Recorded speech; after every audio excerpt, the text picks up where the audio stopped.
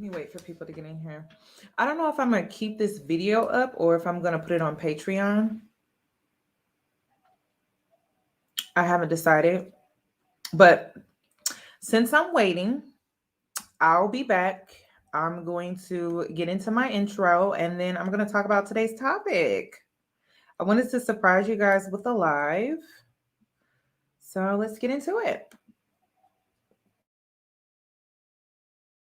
Hey boos, in this video, I give commentary based on my opinion. Nothing is to be taken as factual. We are just here to have conversation. We don't expose and we don't sip tea on this channel. I'm giving you real talk straight, no chaser. Let's see if you can handle it.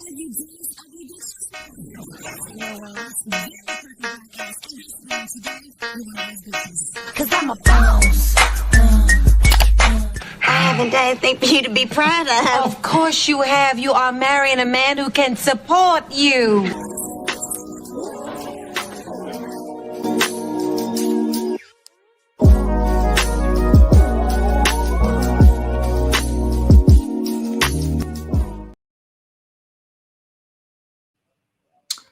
Okay, so I wanted to do like a midday live, morning live. Just give me a sec. Now, I did a post and delete yesterday because I knew the video that I was posting was going to spark some very strong opinions in you guys. And I like that. You know, I like a woman to have an opinion.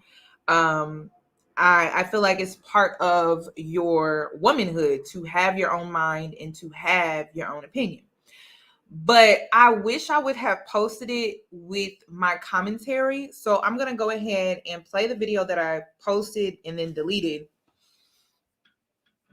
And then we're going to get into my commentary because I did not put my commentary on it. And I'm like, oh my God, I should have put my commentary on this because the comments are going far left. Hold on, let me refresh.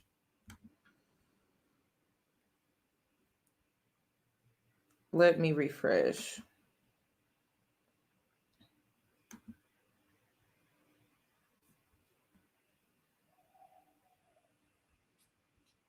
Okay, it's just taking some time. I also want to talk about rejection because I feel like we need to start talking about rejection a little bit more. I don't know, like men nowadays, or you know what? I'll take that back. Passport bros, like that community of men, they do this weird fear mongering tactic. And I don't know. I personally think it's funny because they're projecting onto me and they're telling me about themselves while doing it. So if you guys haven't been following my my YouTube stories, so I posted the Fashion Nova dresses that I was trying on and posting, you know, where I got them and everything like that.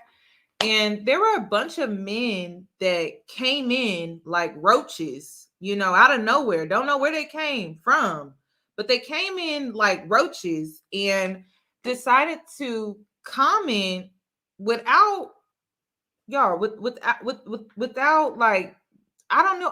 I really don't know why they came.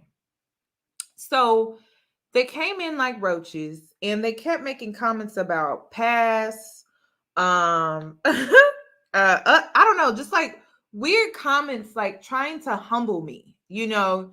And I think it's cute. I do, because it's giving beta male. And the reason is because you don't feel like you could get me straight forward. You don't feel like you can get me straight up. You feel like you have to manipulate me. You have to weigh on my self-esteem to get me. And I think it's adorable. I really do. It's like dealing with a little kid, like a little boy that has a crush on you and he really likes you and everything like that. And so he's trying to get your attention. So he attacks your beauty, your appearance, or he may even hit you. You know how they were back then in like preschool and stuff like that. Men today still do those weird outbursts and like tactics towards you as a woman when they know that you're attractive. They're not blind. They know that most likely you get a lot of attention. They know these things, right? And so if they feel like they don't have a chance with you, then they will go into full attack mode, and they will attack your physical appearance. They will attack your weight, your how you look. They will try to speak down on you in some weird, creepy way. And I don't know if they do this in hopes that you will give them a chance. I don't know. But it's adorable because it really screams that I'm not man enough for her. So, in order for me to be man enough, I got to attack her self-esteem. I have to attack her and put her down. It's very childish. But I wanted to talk about rejection. Another thing that these men do when they do that weird stuff, they project onto me that I'm going to react to their rejection in the way that they react to rejection. So take this for example, right? So they get in my comment section and they say things like pass, right? And they expect for me to, I don't know, have a tantrum, have a fit, feel down about myself. And what men don't understand is y'all like to judge women based off of how we look, not our brains. I don't know why, but y'all don't like to judge off of brains. Because listen, everyone judges. You're supposed to use your discernment. Don't be dumb and naive and gullible, right? But like you guys men strictly vet women based off of how they look. And they think they have you all figured out based off of that. And there's this thing that I do, right? It's a form of protection that my father taught me. It's important for a woman to be smart. She will never be physically stronger than a man. So when he raised me differently from my brothers. He raised me to be smarter. So he always said, you have to be 2 steps, 3 steps, 4 steps, 5 steps ahead of a man because it could cost you your life. So what I like to do sometimes is play dumb. And it's not that hard playing dumb, especially when it comes to men. All you have to do is be reserved, quiet. You have to be more of a listener than a talker. See, a lot of men judge my social media platform. They really think I'm the loudmouth in the room. No, I'm the complete opposite. Because some of us have a brain. We know how to read rooms. We know how to carry ourselves in certain settings. We have manners. We say, yes, ma'am, no, ma'am, yes, sir, no, sir. And we know how to carry ourselves like ladies in front of men that we have respect for. So when it comes to this entire conversation, y'all don't know how to read women. Y'all have no idea. Y'all have no clue. You don't know how to read a smart woman, a woman with intellect, a woman that is both street smart and book smart. You have no clue. So when they get in my comment section and they try to trigger me, right? And they try to get under my skin and say, oh, I'm going to pass on her. Rejection is such a normal part of life. I had a humbling beginning in life. I was rejected majority of my younger years, my prime years. I love it when you guys say prime years. I was rejected the most during that time. I'm rejected the least now. So rejection is something that I'm used to. I'm used to being rejected. I'm used to not being chosen. I'm used to not being picked. I'm used to not having options, not having choices. That's what I'm used to. So when you guys come at me sideways like that, I'm like, how am I supposed, I don't know, like, how am I supposed to react to that? Because it's something that I'm used to. I'm used to rejection. Rejection is so normal. Rejection has played such a wonderful part in my life. Rejection has always been a blessing. I've been rejected from being able to go to certain schools. I've been rejected when it comes to fitting in with certain social groups. I've been rejected when it comes to men. I've been rejected when it comes to receiving certain accolades and like recognition and rewards and stuff like that. Rejection has always been a major blessing in my life. I really don't think anything that's truly for me will reject me. I think the things that are truly for me will be for me, and I'll be able to receive those things. So when it comes to rejection, it's just not something that I fear or something that I would get down about. I look at rejection totally different compared to most people today, where I simply say things like, you know what, it just wasn't for me, or you know what, that person is just not for me, or you know what, that person just doesn't like me for whatever reason. And it's okay, because there are a billion other people out here who do, who will, who are open to who I am authentically. I don't have to fake and be something that I'm not. So rejection has always been a blessing in my life. But it's weird when men come in my space out of nowhere, like roaches, and they project their form of rejection onto you as if you're going to receive it in the same way that they did. It's very weird. It's very weird. So, ladies, okay, the reason why I'm talking about this is because you got to understand who you are. I have done a lot of work on myself. If you have been following me for a while, you know this. You know I didn't start here. You know I didn't start at this level. Rejection, probably 5 years ago, I would have taken it to heart, and I probably would be crying about it, and I probably would be super devastated. But rejection today is just a blessing to me. It's love. It's protection. It's a bunch of things that I look at in such a positive way. So I'm sharing this with you because a lot of these men are in this business of trying to humble you. A lot of these men are in, especially if they find you to be intimidating or they find you to be a great catch. They find you to be an amazing woman, by the way, but they're in the business of humbling you because you need to be humbled. You get too much attention. Too many people give you compliments. Too many people say how amazing you are. Too many people like you. So I must humble her. You guys, that's what I've been dealing with. Since my glow up, I have seen people, both men and women, go out of their way to humble me as if I didn't start at such a humbling beginning. It's very weird. People are jealous of you when you are naturally confident. People are jealous of you when you don't fake your personality, you don't fake your persona. People are jealous of you if you're happy. People are jealous of you when you're likable. People are jealous of you when you receive a lot of praise. People are jealous of you when you get a lot of compliments. So people will go out of their way to humble you. You must be humbled. And it's very weird. And the reason why it's so weird is because, oh my God, when you're a woman, they throw all of these self-help books at you. You must be a confident woman. You need to increase your self-esteem. You need to have standards. You need to have all of these things, right?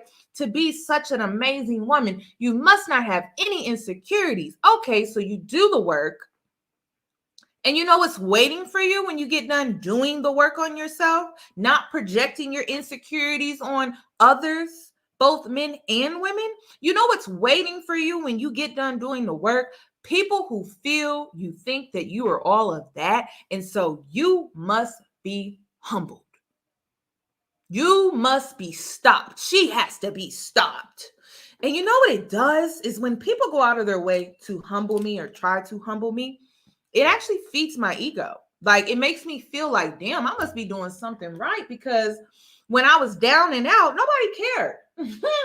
Nobody cared. Nobody was trying to come at me and humble me, and I must be doing something right.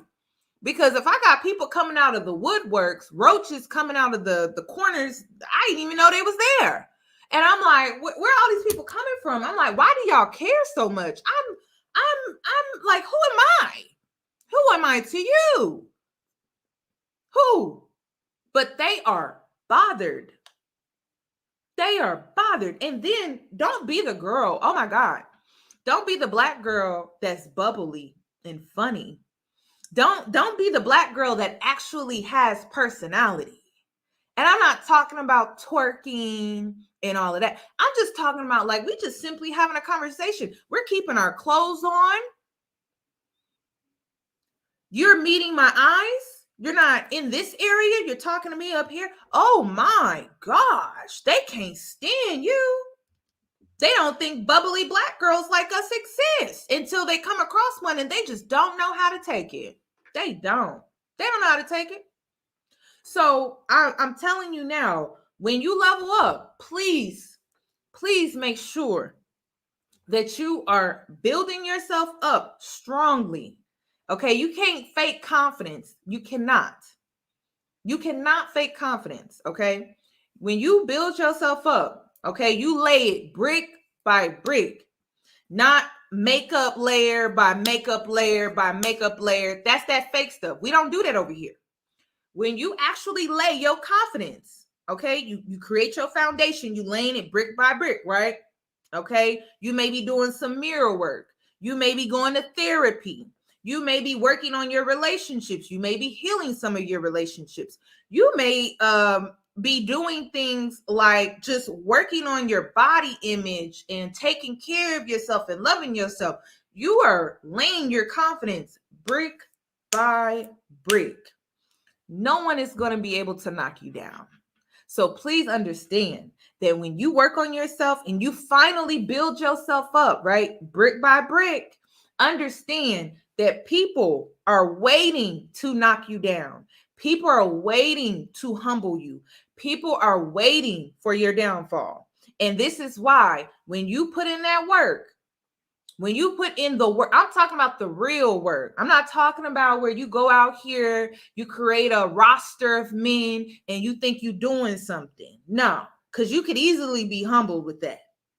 When you lay the foundation brick by brick to build your confidence, you cannot be easily knocked.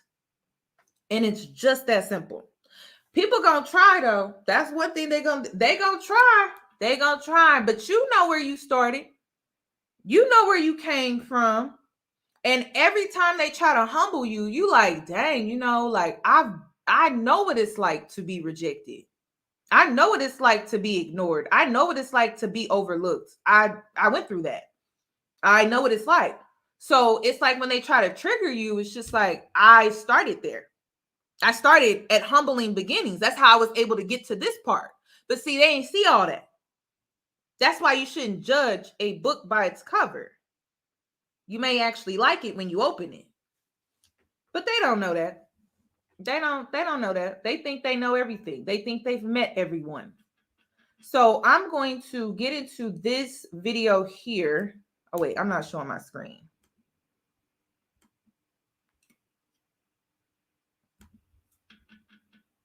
And it's not, and you guys, it's not all about looks either. That's another thing. They make everything about looks, everything and about looks. Because if it was, I mean, if we're gonna be shallow like that, pull your pants down. Let me take out my measuring tape and see what we really working with. You know what I mean? Like if we was to be shallow like that, but I'm just not shallow like that.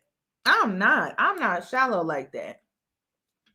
But we're going to get into it because I also want to talk about the beauty hierarchy that men create among women and women feed into it. And I'm just like, okay, but let me play this one first.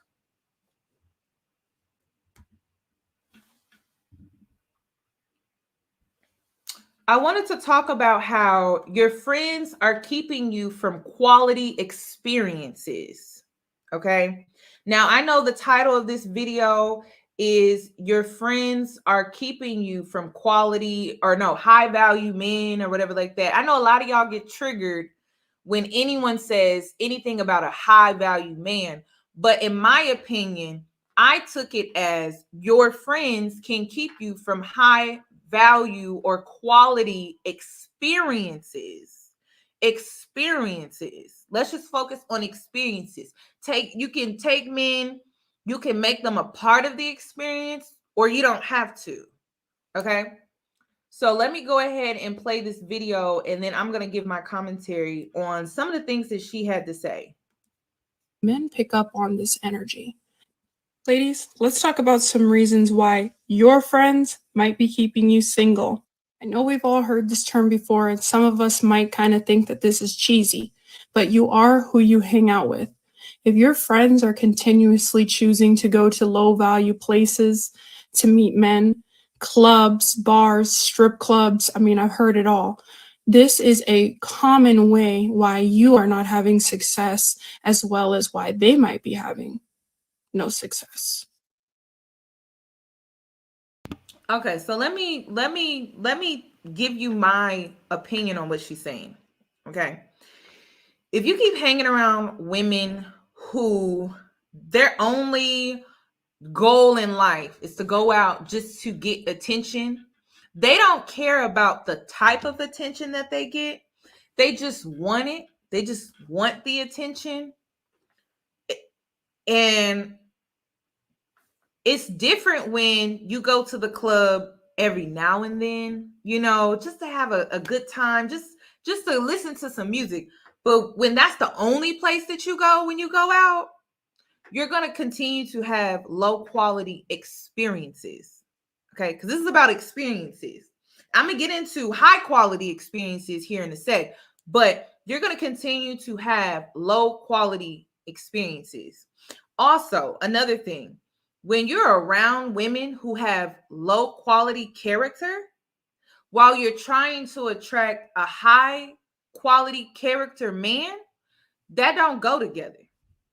It doesn't go together at all. So you're over here dealing with a low quality friend. Her character is in question. She doesn't think that highly of herself and things like that, but you want a high quality man? You remember when I said that typically when you have relationship issues, they tend to be in all areas of your life. It's not just with men. We tend to fixate and focus on men, but typically when we have relationship issues, them same relationship issues being the women that we become friends with, the men that we date, and we may even find some similar issues when it comes to our relationships with our parents and our siblings, grandparents. So if you're out here trying to attract a high quality man of any kind, right? Whatever you want to label it as high quality, you come up with the characteristics of what that is. How can you do that if your friend is a low quality character? How?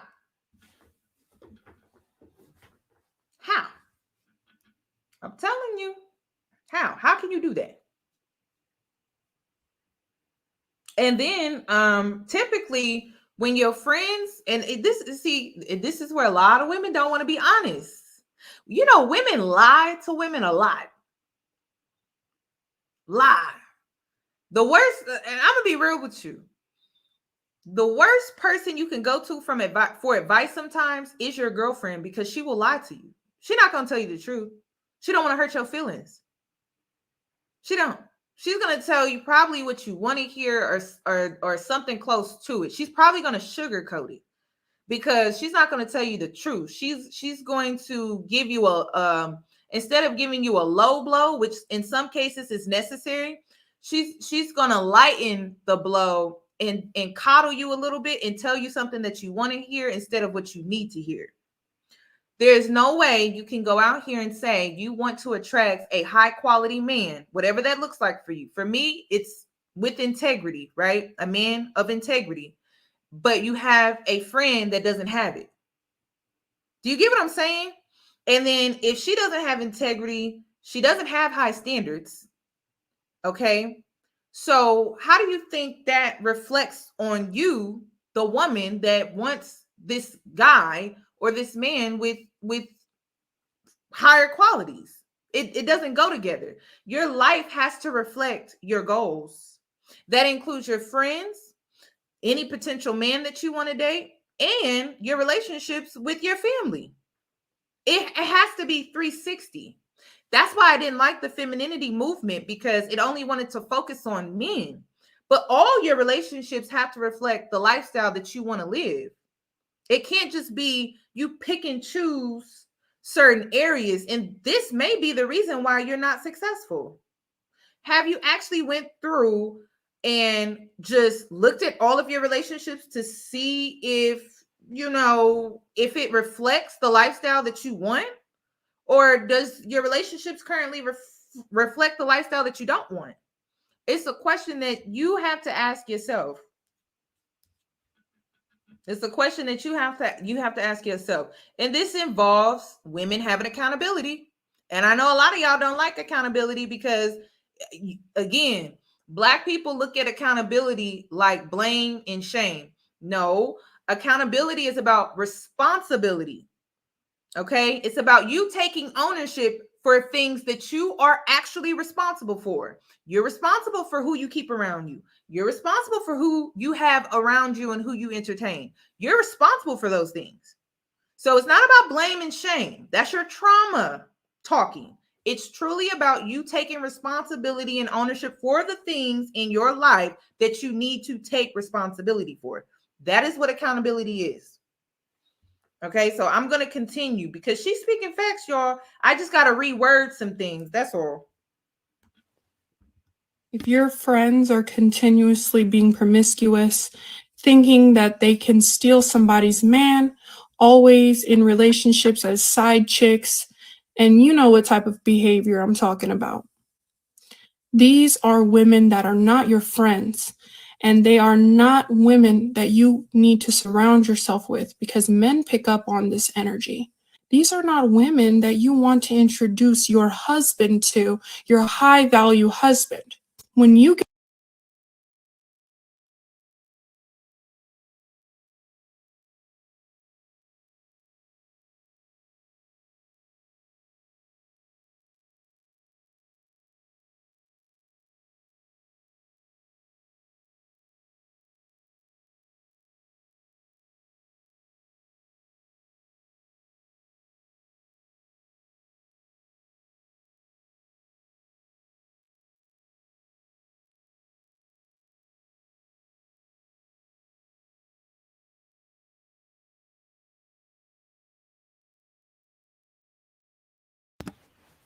I'm sorry, y'all. I was on mute. Okay, so like I was trying to say, when it comes to the promiscuous activity that she's referring to women who lack integrity when it comes to their sex life. Okay. So a lot of y'all don't want to be real about women out here who are moving around with no integrity at all. And then you feel comfortable introducing them to certain people. That's part of your reputation, right? You are aware of that. Like, your friend is an extension of your reputation. So if you out here dealing with women, you guys, we should be good now. If you out here dealing with women that don't have integrity, that can fall back on you very easily. Very, very easily. And I'm going to tell you now, when you hang around women that are promiscuous and they lack integrity, them the first women to stab you in the back when it comes to friendship. The first. Just give it some time. Just you think you exempt, you trying to be non-judgmental and all of that stuff. You're not using your discernment when you trying to be all non-judgmental. You're not using your discernment. Discerning means, if this woman is moving around and being messy when it comes to her sex life, and she's out here portraying other women, what would she do to me? That's using your discernment. You don't have to judge the girl and make it seem like you better than her because your life is together and her life maybe is not. But you are using your discernment. You're using the spirit of discernment when you can recognize that, okay, just because she's doing it to this person, that don't mean she wouldn't do it to me. So, like I said, what I don't condone is women being promiscuous without having integrity. I just don't like that. It's messy. Gets messy real quick.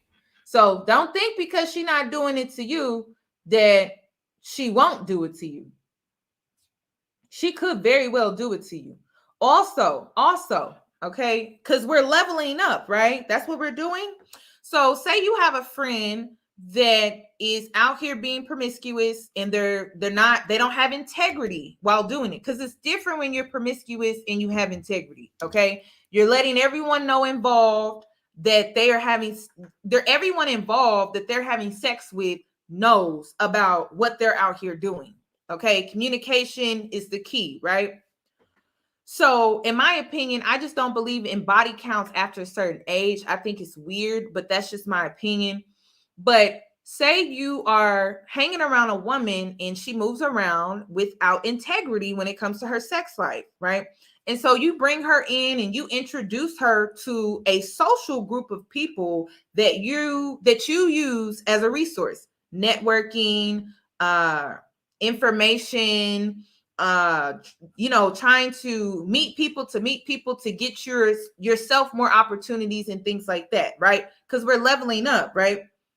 Okay, so if you bring in the messy girl with you, what you think she about to do to your whole social group that you've created for yourself to level up? What you think she about to do? She about to make you look bad. So you got to surround yourself around women that are going to make you look good.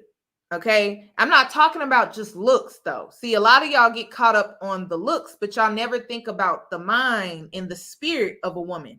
That matters too. Even when you're making friends, okay? When you're making friends, it matters. So when I say things like that, you don't want to invite the loudmouth, the girl with no manners, the girl that's going to twerk at brunch, knowing that's not the environment that we're in, or the girl that doesn't know how to speak English without slang. Y'all know what I'm talking about. She's going to embarrass the hell out of you. And she could also potentially ruin some opportunities for you as well. So you got to understand, and listen, I'm all for having a good time, y'all. I am. Y'all know I joke on here and I play on here all day, every day. I love to have fun. But when it comes to certain environments, like code switch, all of that is toned all the way down. It's toned all the way down. And it's not fake. You have to know how to read a room. You have to know how to carry yourself in certain environments to win. It's about you. And that's the thing. It's like women don't know how to compromise to win. They feel like the only way they can win is to have complete control. You're never going to have complete control. You're not when there are too many other players out here. So in order for you to truly win, sometimes you got to compromise a little bit, right? To get what you want, because it's about you getting what you want. So of course I'm willing to switch it up a little bit if I know I'm going to win while doing it. And if you do it well, you will win. There ain't no losses. So you got to understand, like switching it up. I'm all about having fun, y'all. I love to have fun. I love to joke around. But I know when it comes to my dark sense of humor, I can't be like that in everybody's faces. Some people will actually be offended. So I know, and this is why I always give the tip that when you are in a new environment and you're around new people, to be on the more reserved side, be a listener, pick up on certain things. Like, for example, is sometimes when I'm in certain spaces, I can tell, oh, okay, this space is more conservative, way more conservative. And there are just certain things I cannot say because I will easily offend this group that is more conservative. So you got to understand that. You got to understand that. I like to hang out in different spaces. I can be super conservative. I can be artsy. I can be hippie. I have so many different sides to myself. And so I know how to carry a version of myself when I'm sharing spaces with these individuals. I know when I'm with the artsy people when I'm with the hippie people, I can say a lot. I can pretty much do whatever. But when I'm with the conservative people, I can't have the same I can't carry the same energy like I would when I'm with the artsy and the hippie people. So it's like you just have to code switch, okay? And it's not fake, it's just you are presenting a different side of yourself. And it's just that's what women do best. I mean, think about women and think about the many different hats that we have to wear on a daily basis. Think about motherhood. Think about being a wife and the many different hats that you would have to use. It's the same thing. Women are really good at this. We're really, really good at this. So it's just like this is a part of womanhood. So embrace it, but understand how to use it so you can win. It's going to benefit you a lot. Get a high value husband, these are the same women who are used to low value, low quality experiences. When they see you, who's been doing the same exact things that they were doing, now have a high value husband, they will resent you, be jealous, and they might even try to take your dude. Also, please be aware that single people keep people single. Single women keep women single.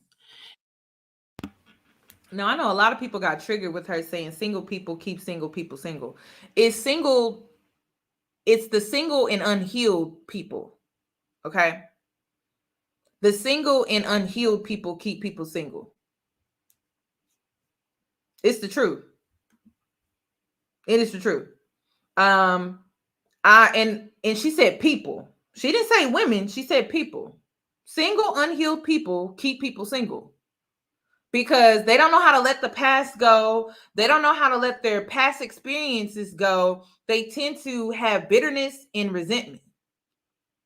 So it's single people who are unhealed. They keep you single. And this is why, like, if you have a bunch of women around you that are single and they haven't tried to take on a healing journey, they haven't tried to do any type of healing, the worst thing you could ever do is take advice from them.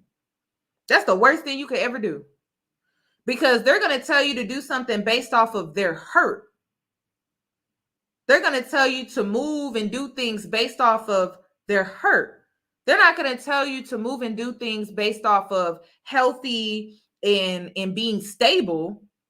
They're going to tell you, they're going to give you advice from their hurt. That's why she said single people keep single people single. Okay, but really it's the unhealed people that keep people single, miserable, and unhappy.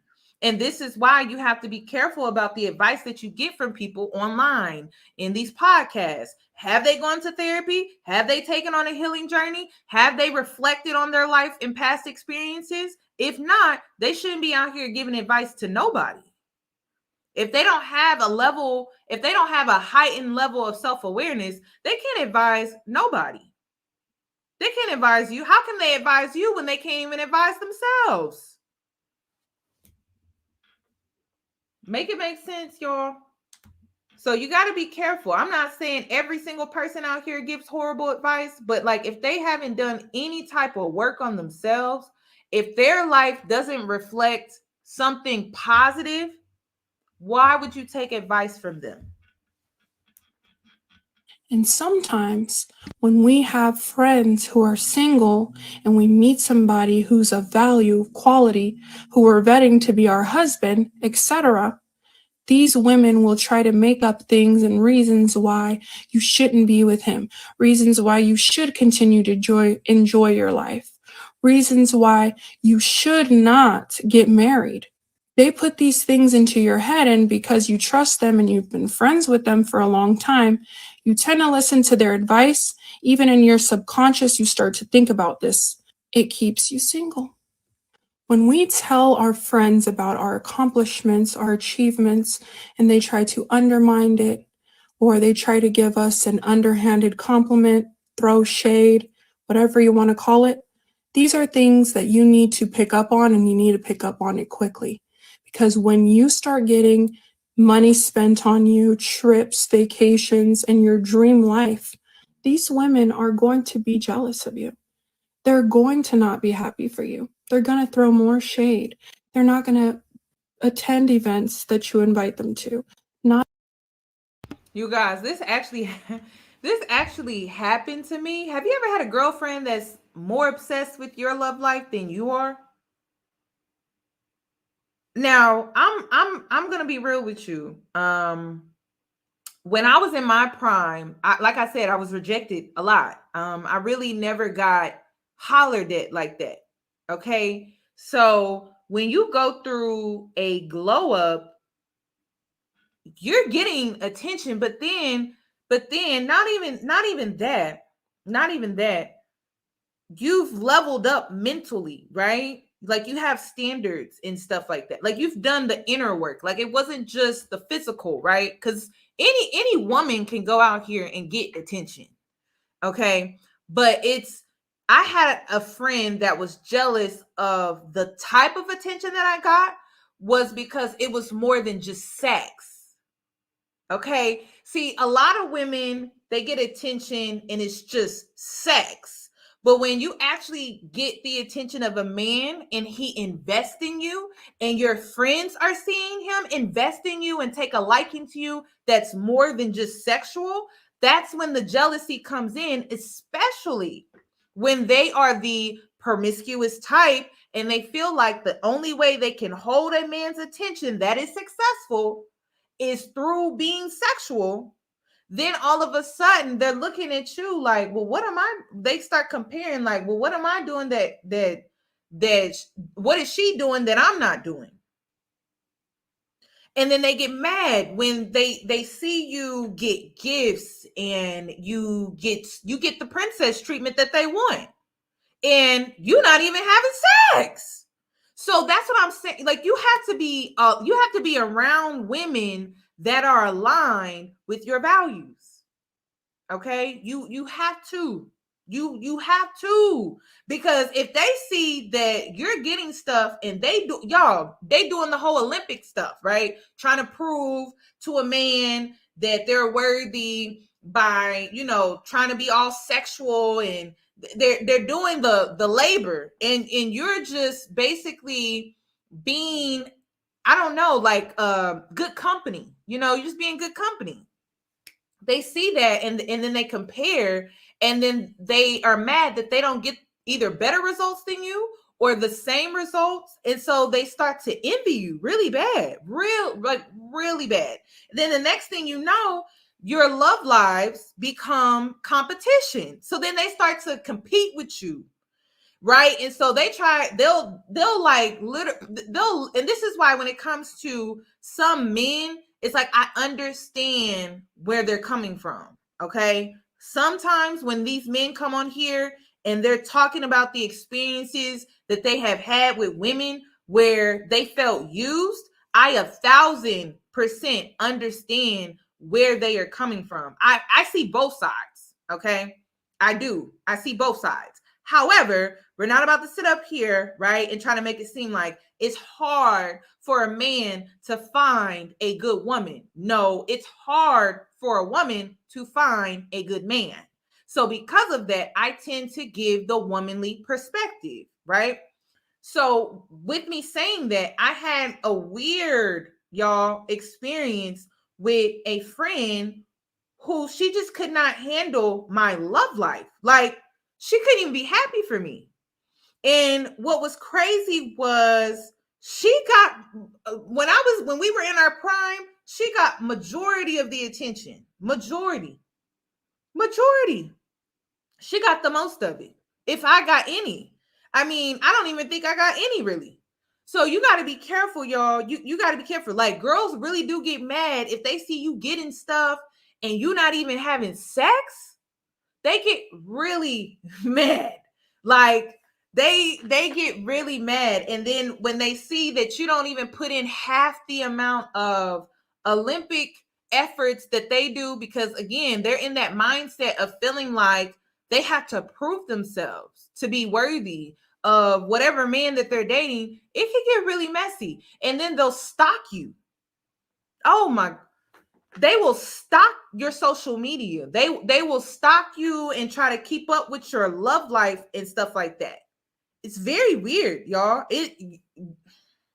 I'm telling you, you got to be careful. You got to make sure that the women that is on your team, right? You got to make sure the women that's on your team have values that are aligned with you. Otherwise, it will get really messy. Okay. It could get really, really messy. Yeah, somebody said that too. Secret crush. Somebody said that too, but I don't know about that, y'all. I don't look at it like that, but you never know nowadays. You never know, y'all. I just say prime because I can feed into the male ideology and still not live up to it. Like I can feed into the male ideology and still not live up to it and be comfortable with my life, y'all. So I could say that was my prime. It's not gonna make me look at myself any differently. It's not gonna stop me from what I'm doing. It's not gonna stop the attention that I get. It's not stopping nothing. So because it's not stopping nothing, like I don't mind saying when I was in my prime. I have no problem saying that at all. Because if that was my prime, that sucked. Just saying. So I just don't care about that. But yes, you have to be careful about oversharing your love life details with your girlfriends because you never know how they're receiving that information. You thinking, oh, they're excited for you, they're happy for you, but they may be comparing what this man is doing for you and what her man ain't doing. And it can get really messy. Like I cannot stress this. Like a private life is a peaceful life. A private life is a happy life. Okay, I know Valentine's Day is coming up. I wouldn't post no flowers and all of that to my social media. I would not. I would not. I wouldn't post what you doing, who you with, and all of that. I wouldn't, y'all. There's hate watching going on now. There's gang stalking that's going on right now. There's evil eyeing going on right now. And social media, especially Instagram, Snapchat and stuff, it has become like a cesspool for women to compete with each other about whose man can outdo the next man's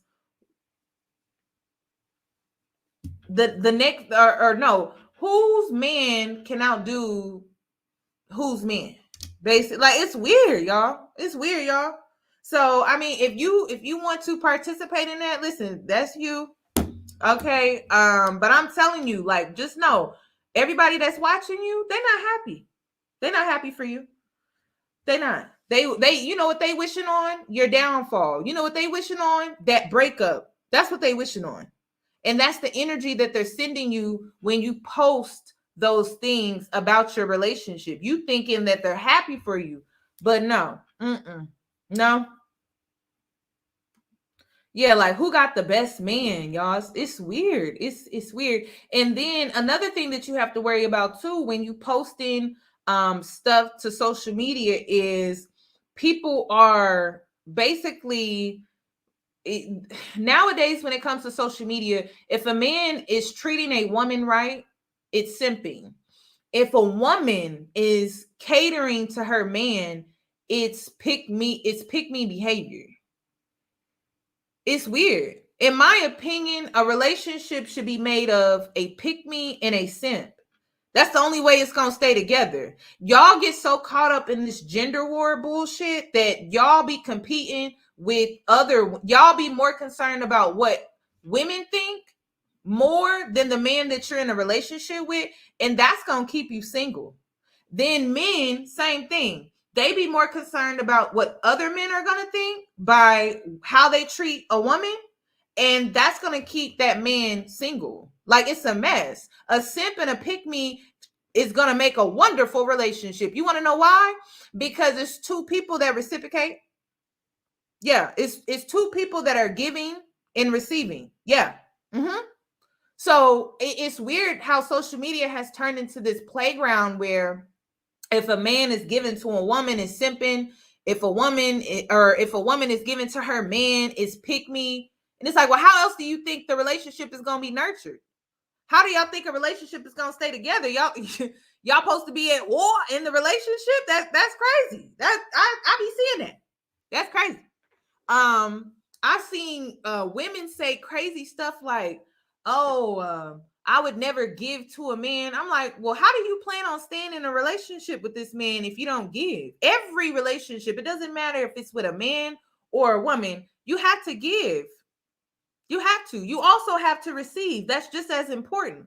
But you can't be selfish and entitled in a relationship with another person. That includes a friendship. So if you're going around feeling like you could be selfish in a friendship, in a relationship, in a marriage, you don't want to be with another person. You want to be single. And there's nothing wrong with that. But please understand your role that you're playing. If you want to be selfish, you don't want to give, you want to keep everything to yourself, then just be single. And if that's how you want to be in friendship too, you're not going to have that many friends either. It's like, what's going on? What is going on? What is going on, y'all? What is going on? I have no problem doing for a man that does for me. That's crazy. I have no problem. Like, I'd be happy about it. I'd be cheerful about it. I'm skipping to go do it. He doing for me. I'm doing for him. We do for each other. That's crazy to me. Like, what? If that makes me a pick me, listen, I'll go put it on my shirt. Because of me, if you see me out here doing for a man, he must be doing some amazing things for me. You know what I mean? All you got to do is worry about your standards. Just keep your standards high. Like, and if you have a man around and he's doing for you, girl, come on. And I be seeing the women on TikTok who actually have men, right? They be cooking and doing all type of stuff. And that man does for her. So I don't automatically say she's a pick me. I'm assuming that man must be doing some stuff for her to be doing all of that. Come on, y'all. That's what a healthy relationship is. But y'all keep trying to make it about, oh, that's a pick me, that's simping. And then the men too. Simping? Really? Or does he just love his woman? He loves her, obviously. That's why he do for her. Not everybody is prepared to go on this journey with you. Not everybody is meant for every season. Not everybody is meant to go to every level with you. So keep this in mind, ladies, and please cut off dead ends. You don't need people who are taking down your value. Ladies, let's talk about some reasons why your friends. No, y'all, this is true though. Like, your friend group, it could really take down your value. Okay, we're not just talking about looks. Okay, this includes manners.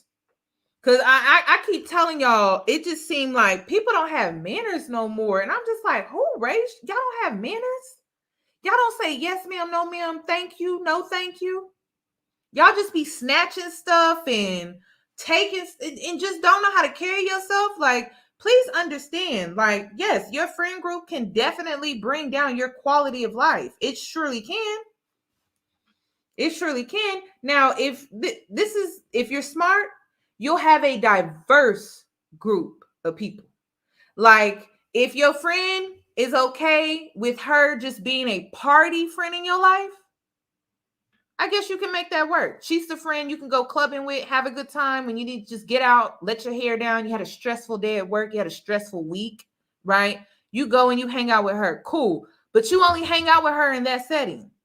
You don't be taking her to these networking events. You don't be taking her to these spaces with high quality men where she needs to have manners and she needs to carry herself. She needs to know how to dress for an environment like that. You know what I mean? You wouldn't take her to that setting.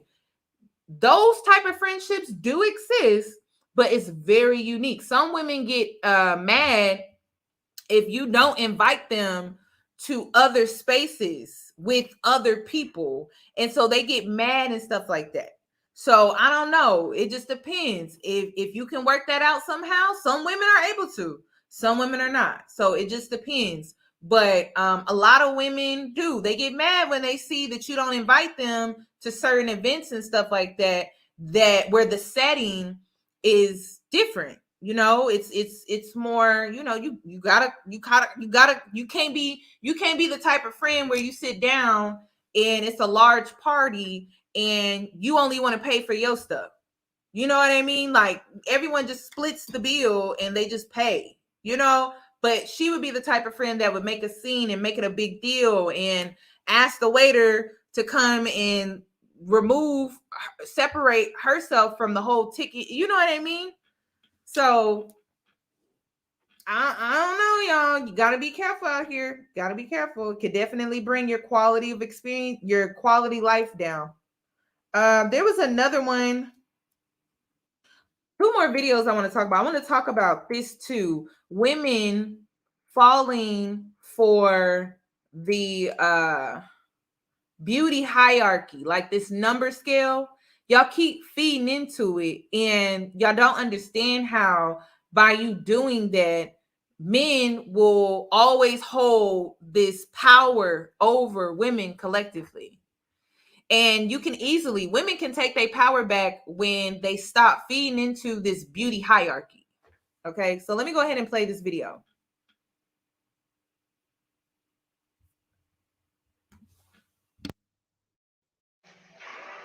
Treat you better. Women that are less attractive treat you better. I can see it. I did. I got it. Niggas will go for the 10s and the 9s because of the looks, but don't really get treated how they want to be treated for real. You really pouring more into them than they pouring into you.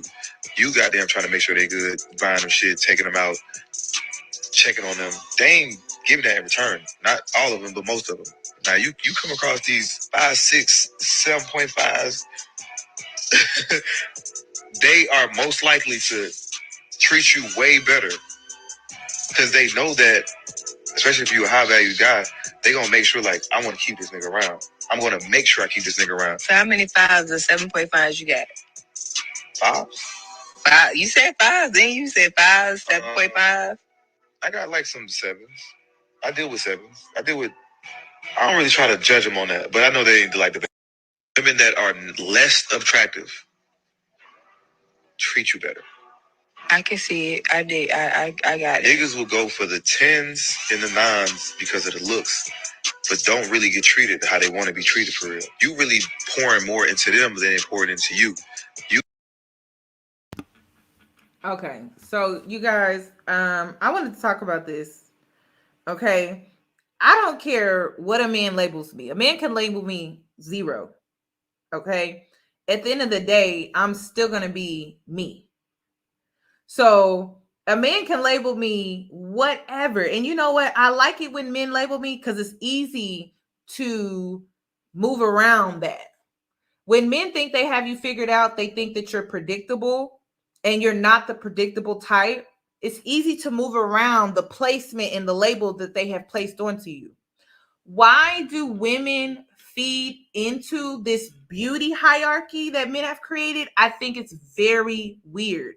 And the reason is because I have came to the realization that men love women.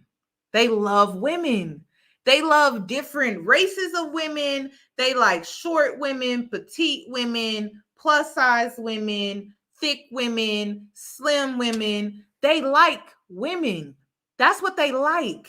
They like, and then not only do they like women, they like having options. Okay. And so one thing that I see men do a lot with women, and they eat it up. Oh my God, they eat it up. Is they will try to put a woman on a pedestal, right? Like prime example was this one girl on TikTok. She's a Latina. She was married to a black man, and their whole relationship, he would boost her head up. Like he would make her head big and big and big and say, oh, like you're a Latina, you're the only type of woman that I need. And he would like big her head up so big. And then he went out here and he cheated with a plus size woman that is of dark skin. And she was so shocked by that. And I'm like, why are you shocked by that? Because of what he told you? Men lie. That's one thing that they do. They lie. They make you believe in false realities just to make you feel better. But it's not the reality that they live in. You live there. They don't live with you. So I see a lot of women that feed into this beauty hierarchy, and it's total bullshit because men like women. That's what they like. The only thing that you need to know is men like women. They like variety. They like having choices. They like having pick of the litter.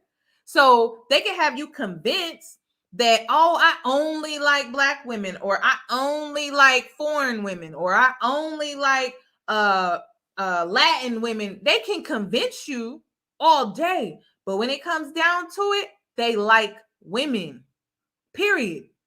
So women who feed into this beauty hierarchy, and some of them try to reach these standards of the beauty hierarchy, I just think it's funny. I'm like, you going through all of that trouble.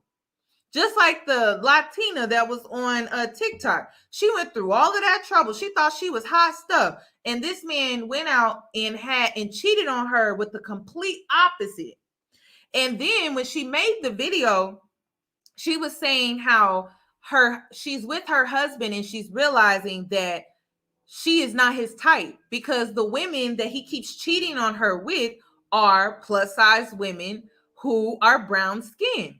And she's Latina. She's a slim, more petite Latina. And he's out here cheating with a whole plus size girl.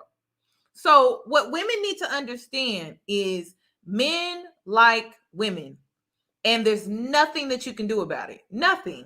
The only thing that you can focus on is making sure that if you're giving your body and your time to a man, that he is committed to you. That's it. The only way a man is truly going to be for you and only you is when he is committed to you. Y'all have that mutual understanding and agreement. Otherwise, just know men like women. That's it. They like women. So it doesn't matter if you could be a 2, a 3, a 4.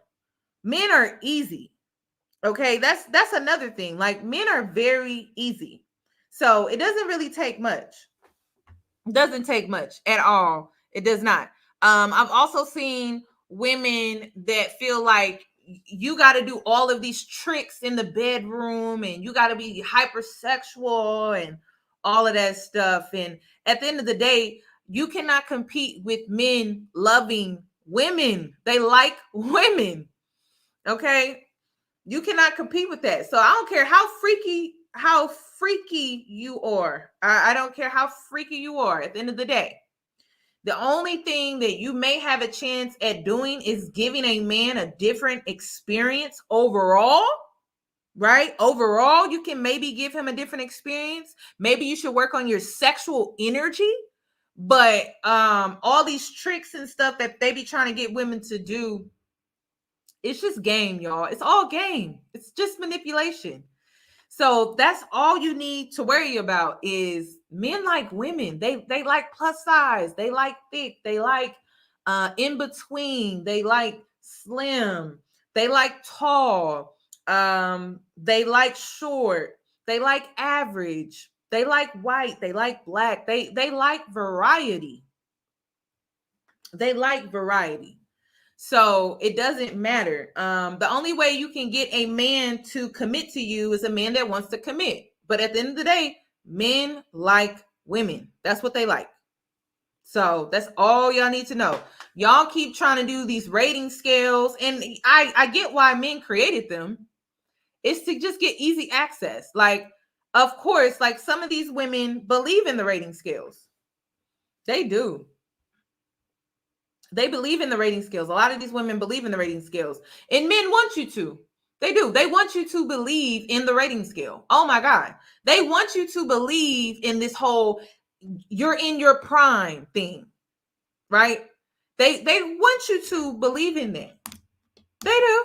They want you to believe. They want younger women to believe that they are more mature for their age. And they want younger women to think that they are mature and beautiful and things like that. It's to get easy access.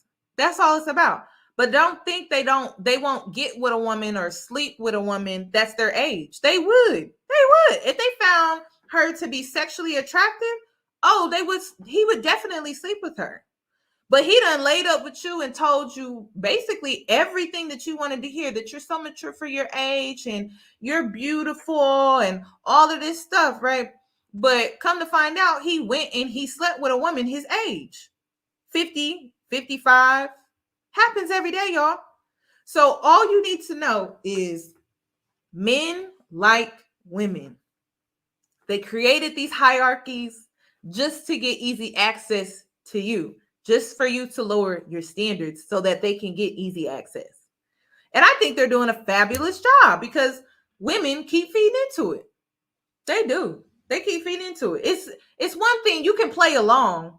You can, to get what you want, but to believe in it, oh, that's crazy. Yeah, that's crazy. I'm good at playing along. I'll play along. How you need me to play? But just know, if I'm playing along, I'm definitely getting what I want. So it is what it is. Y'all gotta understand, men like women. That's all you need to know. And then I was reading some of the comments, and like, here's a woman right here. She said, us average looking women tend to get overlooked until they realize someone else is interested. Why is that? And it's because this is another thing, right? There's always going to be a woman that's more attractive than you. Okay, it doesn't matter. You can be a 9. There's going to be a woman that's more attractive than you. You can be a 10. There's still going to be a woman that's more attractive than you. It's life. Get over it. Like, there's always going to be a woman that's more attractive than you. Doesn't matter at what level you fall on or what. There's always going to be a woman that's more attractive than you. Get over it. It's life. I don't know why women feel like they have to go and get something done to them. You really don't. Like, there's always going to be a more attractive person. It's life. It's life, y'all. Y'all gotta grow like some tough skin. Everything can't be about it can't always be about your insecurities. Like, you gotta grow some tough skin. You gotta get over rejection. Rejection is a part of life. You gotta get over the fact that there's a woman that's more attractive than you. It's like, work on your insecurities, work on your self-confidence and your self-esteem, because at the end of the day, those things that I just listed, you can change. But a woman being more attractive than you can't change that. It's life. It is life. God gave some people, blessings, and when it comes to their looks, that some of us just did not get. And it's okay. It's okay. Because at the end of the day, you got to understand that men love women. The beauty hierarchy that you believe in is false. It's a false reality that they want you to feed into so that you can lower your standards. That's it. That is it. So y'all gotta let it go. You gotta let it go. And I think some women are gonna say that some women are going to say that it's easy for me to say that because of how I look and stuff like that. But I didn't always look like this. I didn't. So again, I'm saying it. Like, yeah, you can work on yourself. You can glow up. You can do all of that. But when you get done glowing up, there's still going to be women that are more attractive than you. Then what you going to do? You going to keep trying to change yourself? You going to keep going back and continue to try to change yourself and change yourself and change yourself. And when you get done doing what you're doing, there's still going to be a woman more attractive than you. Then what? Because now not only do men move the goalpost, but now you're moving the goalpost on yourself. That's self-sabotaging. Now you're moving the goalpost on yourself. You lost the weight, still women more attractive than you. You got plastic surgery, still women that have a better body than you. You moving your own goalpost at this point. When you gonna stop doing that? So it does. You gotta work on what matters: your self-confidence, your self-esteem, and loving yourself.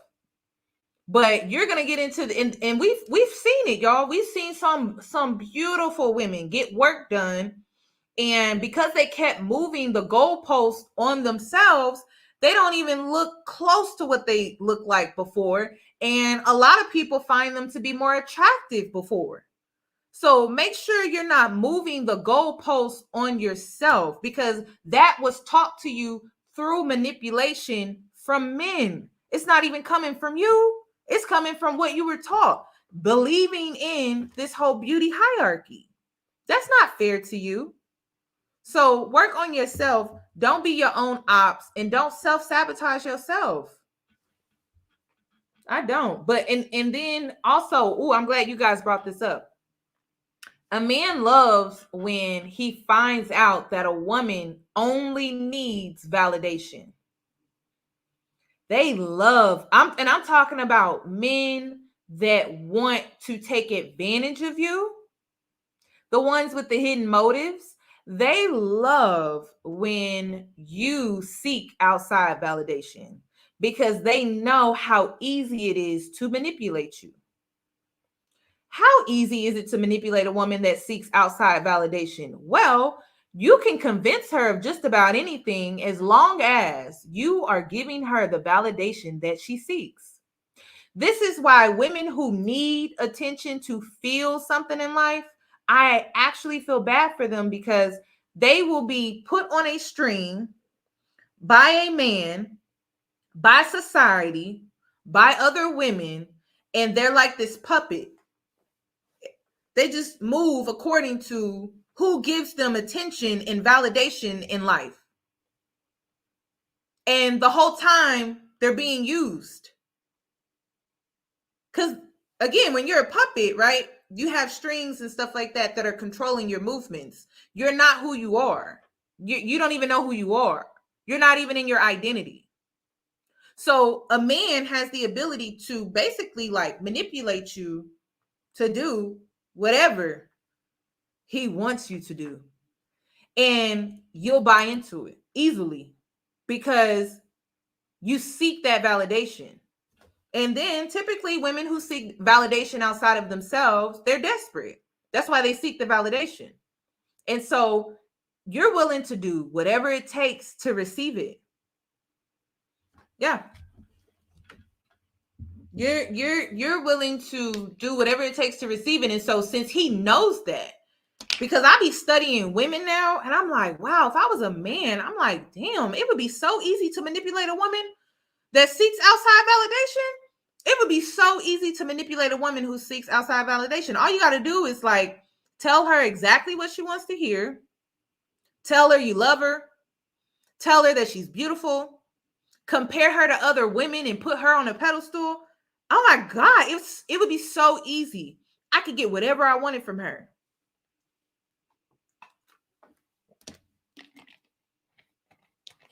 I can get whatever I want. She'll cook for me. She'll clean for me. She'll have my kids. She'll let me have unprotected sex with her. All I have to do is tell her what she wants to hear. That's what men are out here doing, y'all. So are you the type of woman that seeks outside validation?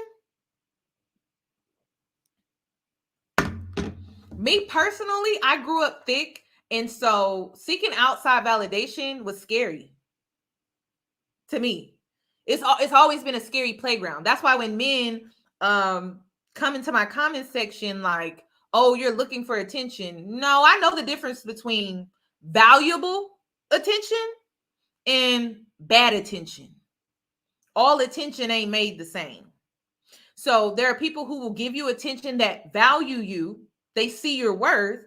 And then there are people out here who give you attention because they want something from you. Sex, time, access, your beauty, money.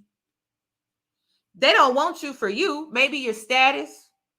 They don't want you for you. So I'm very aware not all attention is good attention.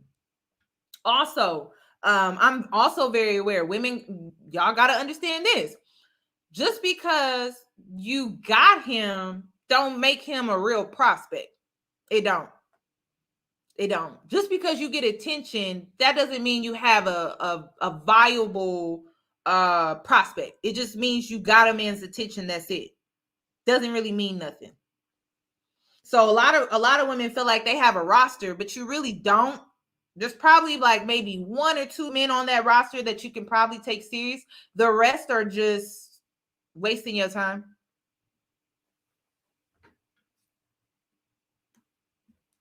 So be careful with that. Be careful with that. Because a lot of women think that just because they got a lot of men chasing up after them, that means something. It really don't. It really don't. Like, men come in my comments and make it seem like I don't know the difference between men chasing me versus actual prospects. I guess I look dumb.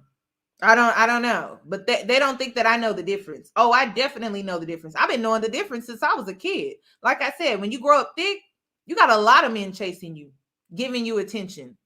Grown, old, young, your age, and in between. And I'm telling you now, not all of it was great. Not all of it was real. Not all of it was valuable. Not all of it was really worth anything. So some of us definitely know the difference between attention that's valuable and attention that is just not valuable. And this is why you shouldn't seek outside validation, because you really don't know. You really don't know. You really can't tell up front what a man's true intentions are for you, or even people in some cases, even some of these women. And so you can't always say, oh, that's my friend. That may not be your friend. That may not be your friend. Or you can't always say, oh yeah, I'm dating him. Do you even know what his intentions are? So women jump the gun.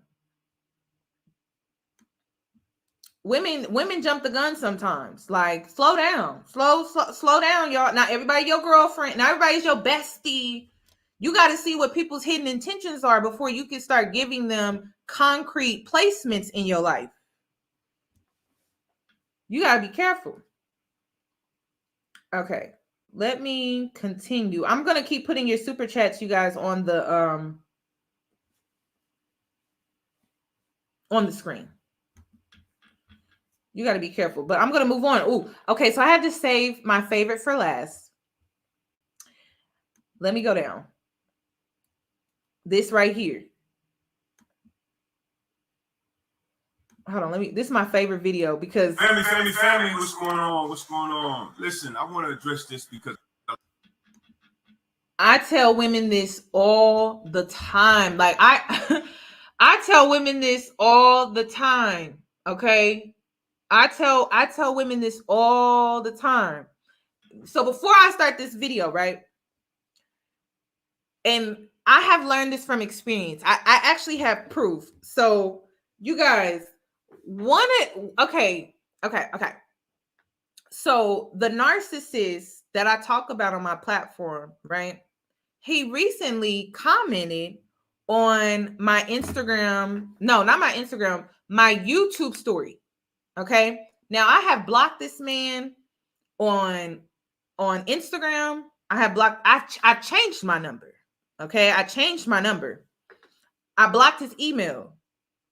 This man decides to comment and say, and I have the receipt. So if somebody's saying I'm lying, I will post the receipts. I would just have to scratch out his name, but it says, he commented under the video that I posted where I said, I'm hitting the wall. I'm hitting the wall, right? And so he comments and he says, big fine, and he spells out my real name, but he misspelled my name and he put 2 N's. My name only has 1 N. So the reason why I'm talking about this is because during us having our relationship, right, I tolerated a lot. I put up with a lot. I even went back on some of my non-negotiables, right? And I lost his respect. And you know when you lost a man's respect based off of how he tries to treat you, right? And it's funny because in the beginning, you know, men are always on their best behavior. Oh my God. They are on their best. They go above and beyond. They love bombing you. They're doing all of this extra stuff that they think that you want to receive in order to let your defenses down so that they can come in and basically start taking advantage of you. So during this time, that's what happened, right? And I knew I had lost his respect based off of how he started to treat me. He started doing things that he wasn't doing. He started doing things that I'm just like, wow, like this Negro is really tripping. And so in order for me to gain his respect back, I had to block him on everything. I had to ghost him and I had to disappear from his life. Yes, it's that drastic. Yes, it's that intense. Yes. And I will never speak to this man ever again in order to keep the respect that I have gained. How did I realize I had gained his respect back? He commented that bullshit under my story. Oh yeah, real life story, y'all. Real life. How? But this is the thing. I never wanted his respect back because I had lost respect for him. Never wanted it back. But you got to know how to get it back. You got to know how to get your self-respect back. You have to learn how to take your power back. You got to learn how it works. So confirmation was this man commenting on my YouTube story. Okay? My YouTube story. After I had blocked him on just about everything. So that is exactly how it's done. Okay? If you want to take your power back, you want your self-respect back, never talk to him again. Okay? And I mean never. Okay? They don't get a response. They don't get a, oh, thank you. They don't get a like. They don't get nothing. You disappear. I moved states. I got the hell up out of Dodge. I moved states. I got the hell up out of there. You leave. So please understand that if you ever find yourself in a toxic situation where you felt like you completely just lost yourself, because one thing that manipulators do is they don't show you who they are up front. They allow you to put your defenses down first. Then they take advantage. That's how men prey on women. So understand that. Okay, understand that. And some men you have to ghost because men who, when you try to like work things out with them and stuff like that, sometimes they try to manipulate you while you are trying to address them based off of the treatment, the disrespect, and things like that. So when it comes to men that are true manipulators, you have to ghost them. Like you cannot say, oh, I'm gonna have a sit down conversation. No, what are you sitting down about? Because the only way you sitting down is to go back. We're not going back. You're never, once you go back on your non-negotiables, right? Once you go back on your non-negotiables, you better go get you a new man, sis. You better go start out. You better go get you a new man. You better go get you a new man. Once you tolerate disrespect the first time, y'all, and I wish my mama would have told me this, but she didn't. The first time you allow a man to disrespect you, you've lost him. You've lost him. You allowed it, you tolerated it, you accepted it, you lost him. You need to go get you a new man and start over. And it's that real. And listen, I'm about to go ahead and he's about to explain to you why. Life, and they know that you're not, they know that you're family. What's going on? Listen, I want to address this because I've had a lot of ladies come into my inbox and they ask me, they say, well, why when guys come into your life and they know they know that you're not the one for them, why they don't tell you that up front? In a perfect world, that would happen. But when you're talking about guys that are coming into your life and they don't want anything from you but what they want, because they, when guys see you, they already kind of like, they come in with an agenda, especially the wrong guy. Let's talk about the wrong guy. The wrong guy's coming in with an agenda, and there's something from you that he wants. It ain't always just sex. It could be money. It could be whatever. And what he's going to do is he's going to stick around until he can find that little crack in the door that he can come in. And you know what the crack in the door is? Typically, it's women who say they have non-negotiables, but they don't stand on them. A lot of women nowadays say they have non-negotiables. I wouldn't do this, I won't do that. But then when they deal with certain men that they may be attracted to or they may like or whatever in any way, all the non-negotiables they say they had, they don't have anymore. Now it's like, okay, well, let me give a little bit. And see, when you do that, you leave a crack in the door for a wrong man, because now he says, okay, cool, she folded on that. Let me see what else I can get her to fold on. Because typically, ladies, when you move off of one of your non-negotiables, a lot of times you end up moving off of all of them. You end up doing stuff you said you would never do. Now you're in a relationship with a guy who's using you for what he wants. Now you've lost yourself. You're getting abused and mistreated by a guy who in the beginning never wanted anything from you for real.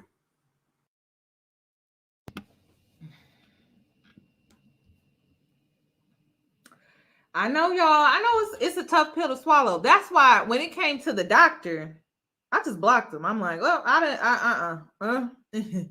See, with me, you got to walk a very straight line, and as soon as you get off that straight line, I'm out. I'm out. I done been through it before, not going through it again. As soon as you go off, and what is my non-negotiable? You go without communicating and you think I'm still going to be around? That's a big one.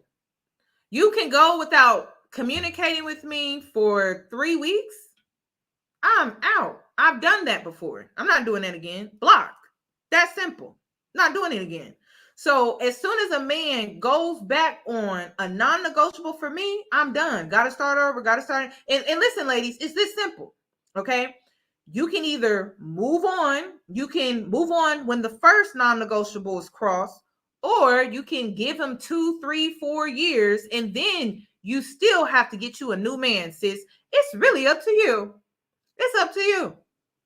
It is up to you. I don't tolerate bullshit. If that makes me a bitch, put it on my chest. I will wear it proudly, because one thing men like to do is waste your time.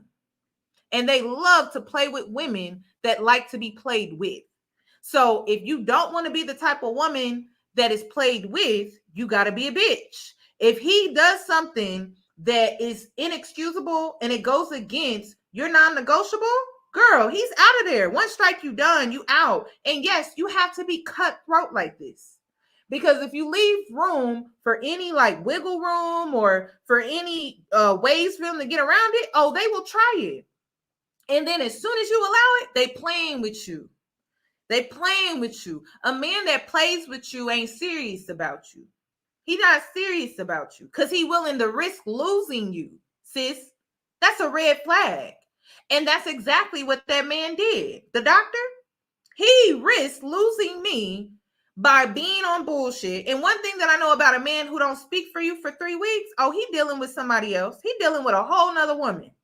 Now, this is the tricky thing, you guys. When you're a woman and you don't put out, men who are addicted to sex, porn, and stuff like that, they're the type to ghost you, to go have sex and then come back and deal with you and want to use you up for your company, your companionship, your personality, your bubbliness, your funniness. And then they think they can ghost you again and go have sex and do whatever they want to do and then come back. You can't come back. You can't come back. You can't come back.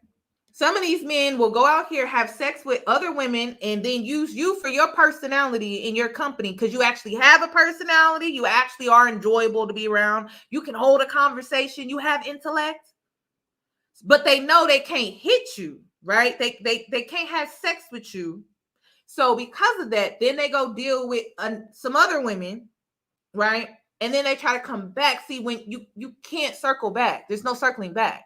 You either stay, remain consistent and honest, or you missed out. It's tough out here. Like, this is not, thank you. This is not a revolving door where you can just come in and out, in and out, in and out. I'm like your mama. Okay, you either gonna stay outside or you gonna be inside, but you're not gonna keep coming in and out of my house. It's really that simple. So no, he not lying. Like I said, if you go back on your non-negotiable, oh girl, it's time for you to get you a new man, sis. because he's used to the program that you have allowed. So he's used to the program that you have laid out. Like some girls come to me, they be like, Yanni, I accepted 50-50 in my relationship. I'm like, girl, well, if you accepted 50-50 in your relationship, you need to keep up with that. Okay? Don't be trying to come in and swindle in and be like, oh, I feel like I think you should go more in on the bills. I don't want to pay 50 anymore. You should have set the tone in the beginning, sis. You can't go back on what you agreed to in the beginning. You're gonna have to go get you a new man. It's that simple. A man where you set the tone day one, where you made it known that you're not the type of woman that goes 50-50 on bills. Otherwise, you're gonna be stuck paying 50-50 with this man. So you got to carry the energy that you got to carry the energy that you want, and you got to set it. You have to set the tone day one. You just have to. You cannot wait. But what he had a desire for.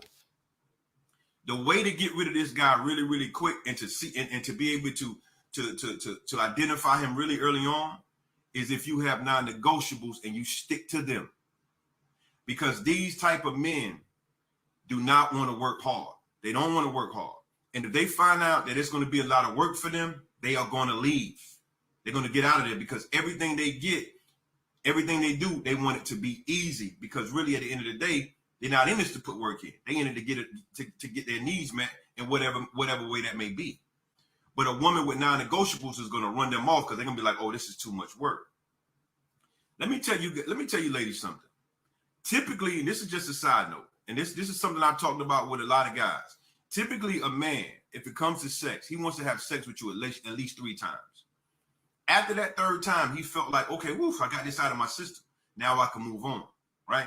I don't know why that is, but that's pretty much what it is for a lot of guys. At that 3rd time, we pretty much got it out of our system, and we can take you or leave you at that point. Then typically what happens if it's the wrong guy, what he's going to do is he's going to kind of like start dealing with you very, every once in a while. You may get a call from him when he really needs you, or maybe he can't get in touch with one of his other chicks. He's going to be calling you, and you think, okay, wow, he's calling, but really he ain't really into you like that. He just has a need, and he know that you a person that's going to let him do what he want to do because you ain't stick to your non-negotiables.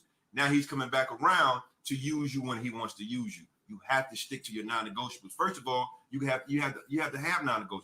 If you're a woman that really want to be with somebody for real, you should have non-negotiables. There should be standards that you set about your life, things you're just not going to fold on, right? If you're a woman that's just out here playing and you don't care about none of this, you just playing the game, you want to do what you want to do, then cool, do that. But if you're a woman that really wants to find somebody for real that's for you, you must have non-negotiables because God, the wrong guy, he will stick around if you have him. So God wants to have sex with you 3 times. Now, either this guy, there are some guys that have sex with you for 3 times and they'll stick around because really they're really into you, right? But the wrong guy, after that 3rd time, is pretty much out of his system. Now he's ready to move on and start doing everything. Now he's going to find him another victim. You know what I like about Black culture? How we normalize men behaving this way. Like, it's not a big deal. And how they try to gaslight you like, you don't know why women are walking around saying niggas ain't shit.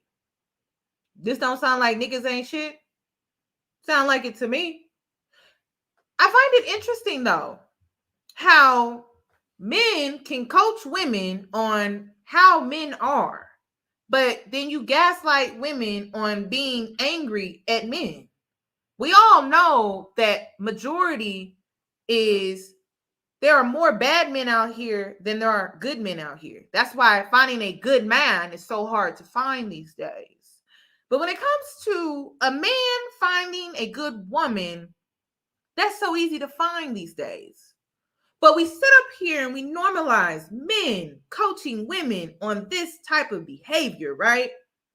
But then the same group of men will gaslight women on why we walk around saying niggas ain't shit. It's crazy. It's crazy. And you guys, I've never dealt with a Pookie or a Ray yet, but I keep bumping into men that think that they can play this game on me. It's crazy. It's crazy. It's Absolutely insane. But the good black man is the man with the job, because that's all y'all require out of these men is to have just a job. That's crazy. That's crazy. But like I said, I've seen more pimps in marriages than I have on street corners.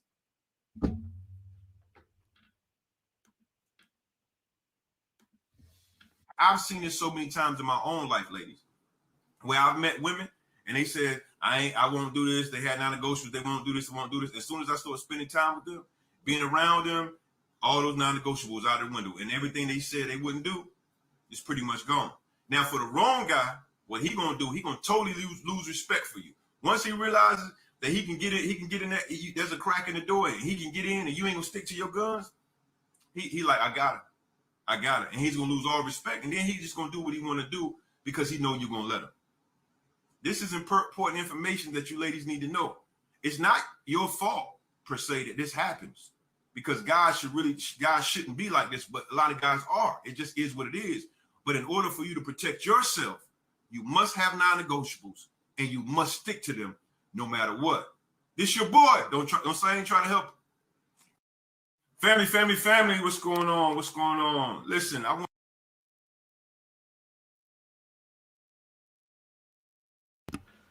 You guys, this is why I don't listen to him. This is why, I'm going to take this because this was real. You know, I'm using my discernment. I'm like, that information, you can 1,000% take that with you. But I'm telling you, as soon as you go back on your non-negotiables when it comes to dealing with a man, you messed up.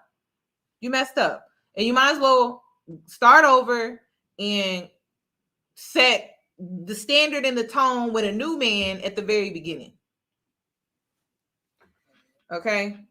Because men will stick around, and you can have your defenses up strong. Trust me, I'm one of those women. I don't let men in easy at all. The men who have dealt with me, they know that. They know that. And I think that's probably why the doctor ran off and just ghosted me for 3 weeks, because he saw how much work this was about to take. And so he just ran off and tried to come back. And it's just like, no, like it's a wrap after that. I'm not even attracted to you no more. Honestly, I'm not. And that's the thing with me. Once a man starts moving funny and stuff like that, I lose my attraction. I don't think they understand how a woman can easily lose a man's attraction. And a major turnoff is a man's behavior. So if you out here just moving just stupid, and men know when they moving stupid, they not moving in the way that they were moving when they first met you. They start moving completely different than in the way that they first met you. Men typically are on their best behavior when they first meet you. So they know that. But I lose attraction fast. Like, you had me and now you don't. It's that simple. I don't even find you remotely attractive, because I'm more attracted to intellect. I'm more attracted to meaningful conversations. I like to have memories where we bond and stuff like that. Looking good, that's not enough for me. For some women, that's enough for them. But when you're dealing with a woman that is really big on real, meaningful connections, it's not even just with men, it's with our friends. So we're this way within our friendships. We're this way when it comes to family. I'm big on family. We're like this with men as well. So attraction, I mean, what am I going to do with that? So a lot of men don't understand that they lose me when it comes to their behavior. I don't care how you look. That's not enough for me. So that's really it, y'all. That's really all I got for this video. Please give this video a thumbs up. There are some other videos that I want to talk about. I do. Ooh, like this one. Like this one. Let me play this one. Hold on. Wait a minute. Because this one's good.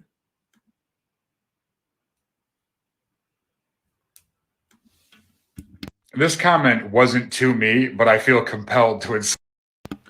So the comment says, men get treated terrible in Western society. And so this man responds. Insert myself into this conversation anyway. So let me set you boys. My God, I've never in my life, I never envisioned a world in which men whined and cried so incessantly about how they're treated. So let me rephrase for you. You get treated terribly. Men like you get treated terribly. Men who view women as trophies, objects, servants. You get treated terribly because you are stuck in the 1940s while the rest of the world has moved on. So it's not men, it's not me. I don't get treated terribly by anybody. No complaints here. It's you and men like you because you're selfish, you're self-absorbed, and you're shallow. And when women aren't as shallow and self-absorbed and narcissistic as you, it's perceived as terrible treatment. Grow up. This comment wasn't to me, but I feel compelled. I told y'all these men don't know how they come across to women. If you hear a man, there are more women than there are men, okay? If you hear a man, but not even only are there more women than there are men, right? There are more good women than there are bad women. So if you hear a man talk about how he has such a horrible experience with a woman, it is you. Like men gotta understand that it is you. See, women, we have to deal with men playing games and being manipulative and stuff like that. Okay, we got to deal with that. I'm not saying men don't have to deal with that because I've seen women do some crazy stuff, y'all. Okay, I've seen women fake cry. I've seen women get like hysterical, fake a whole panic attack, and do weird stuff like that. Okay, like act crazy, right? Which men love, by the way. Men love crazy. Oh my God, they are obsessed with crazy. You want to see how obsessed men are with crazy? Let me show you what this one man was dealing with. I'm like, you a whole man dealing with this when you know there are plenty of good women out here? That's crazy. But let me show you. Look what this man was dealing with. Just listen to his voiceover. You'll see what they be dealing with. Gotta go. She gotta go, Tasha. I'm tired of it. I've been dealing with this for too long. She gotta go. Now, before anybody got anything to say or try to judge me for what I'm doing, I'm gonna tell y'all what's really going on. I can't do it no more. I done told this woman 7 times to leave my house. Get out, it's over. I don't want to be with her no more. I can't be with you. You don't want to do nothing for yourself. She don't want to better herself. She want to sit around and play the victim and act like I'm the problem. I'm not the problem. This all the stuff, she got to go.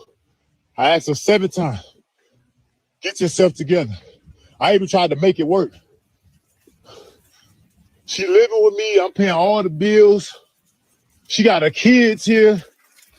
I didn't even accept her kids. I don't even got no kids. I didn't even accept her kids and treat them kids like mine. I love them kids, but I can't do this no more, Tasha. You got to go. She come in all hours of the night, whenever she want to, always trying to play victim, telling everybody it's me crying to her co-workers and family, saying it's me, it's me, it's me. Y'all gotta understand, man, I'm fed up, I'm stressing. I done tried to help this girl numerous of times. Try to help her get on her feet, and she just ain't got, it's like she don't want nothing in life. I cannot be with a woman like that. All we do is argue. Argue, argue, argue. She don't want to work. She pick her kids up, drop her kids off to her mama house while she go out and be in the streets all night.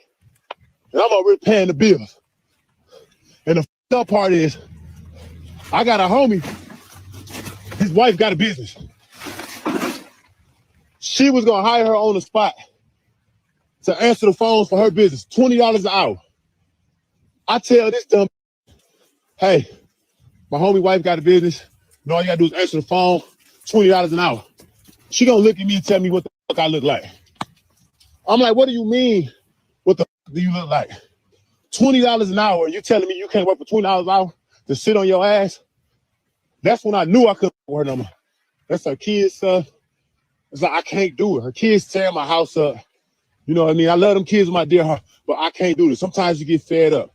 I'm waking up, I'm going to work every day with attitudes, getting into it with my boss, arguing with my employees, my coworkers.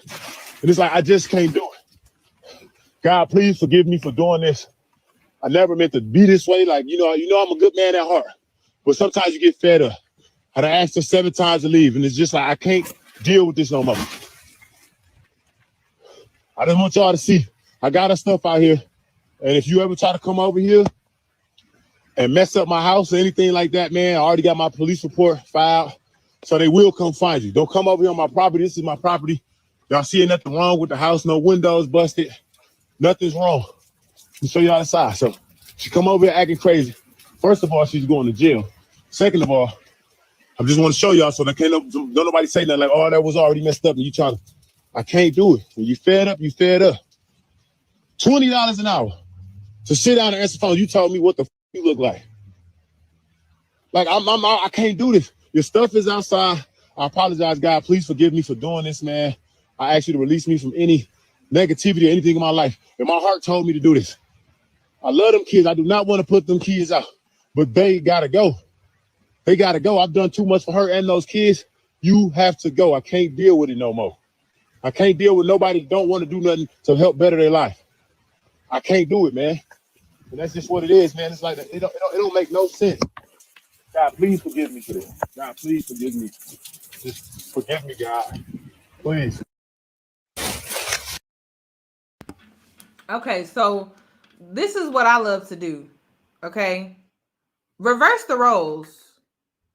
Reverse the roles. Say a woman was kicking a man out. He had 2 kids. They weren't hers.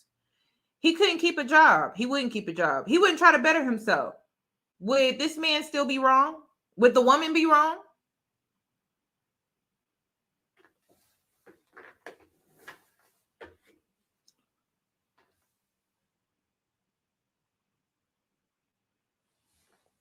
Would she be wrong if the roles were reversed?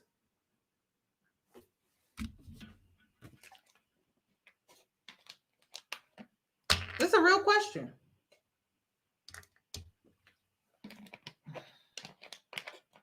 I think if he filed a police report, she must have gotten physical with him. Because he said earlier in there that he filed some type of police report.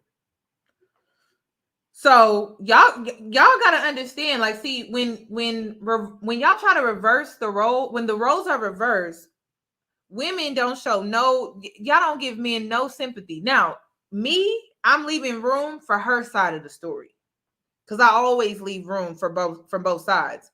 But when we're just looking at this situation for what it is based off of what was posted, if this was a woman kicking out a man and his kids, a lot of y'all would be rooting her on, saying, yeah, girl, kick him out, girl.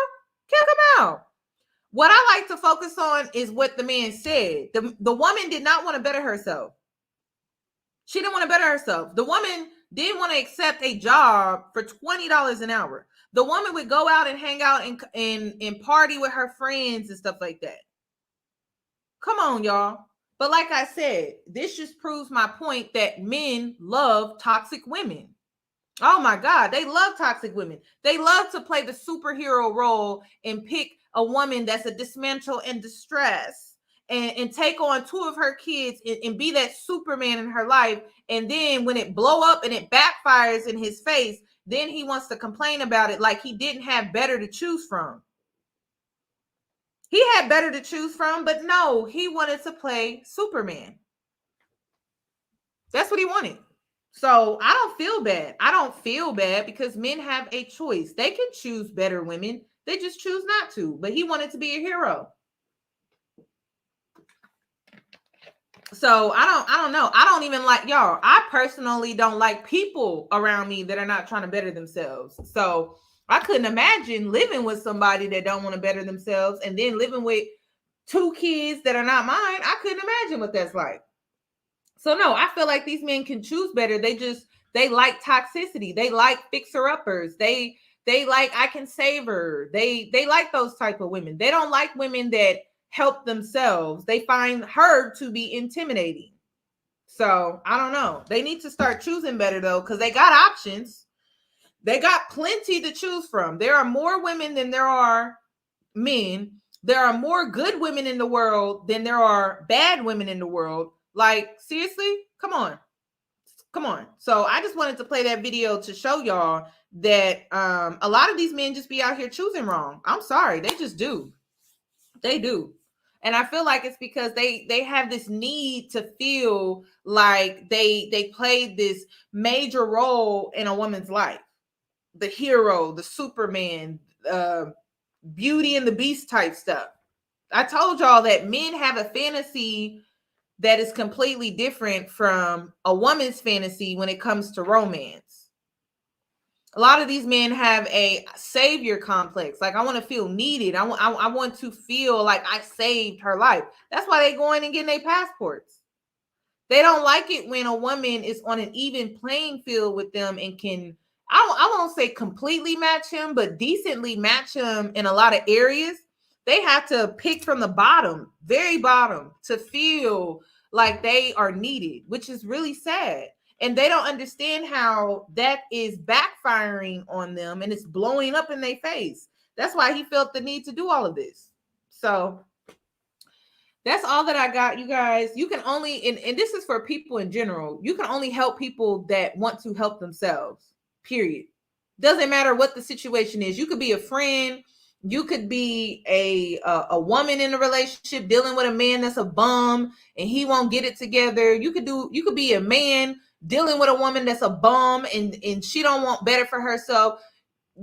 You could even be around family and they don't want better for themselves.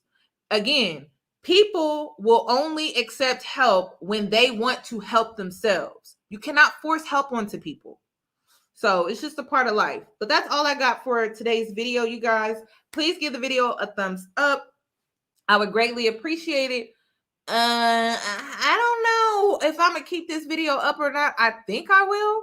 Let me know what celebrity topics you guys want me to talk about, because I took a break from celebrity topics. But, I mean, if you want me to go back to celebrity topics, let me know what you want me to talk about or what situation. Just don't recommend Blueface and Krishan. Okay, I just can't. I don't want to touch that. Okay, I just don't want that energy on my platform. But if you have any other celebrities that you want me to touch on, just let me know and I'll look into it. Oh, I wanted to talk about Amber Rose, but I don't think y'all gonna like my opinion. If you're subscribed to my Patreon, do y'all remember the Patreon video that I made regarding Amber Rose? I told y'all.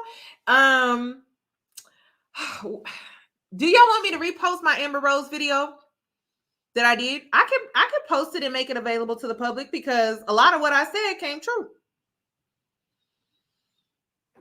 A lot of what I said, but see, a lot of y'all not gonna like what I had to say, because in that video, I kept it 1,000% real because it was on Patreon. Okay, I'll chop it up and post it, but understand that it's predated, so it doesn't have anything to do with the current events. But I wanted to add on to the commentary that I already gave. Okay, so yeah, I will definitely post it.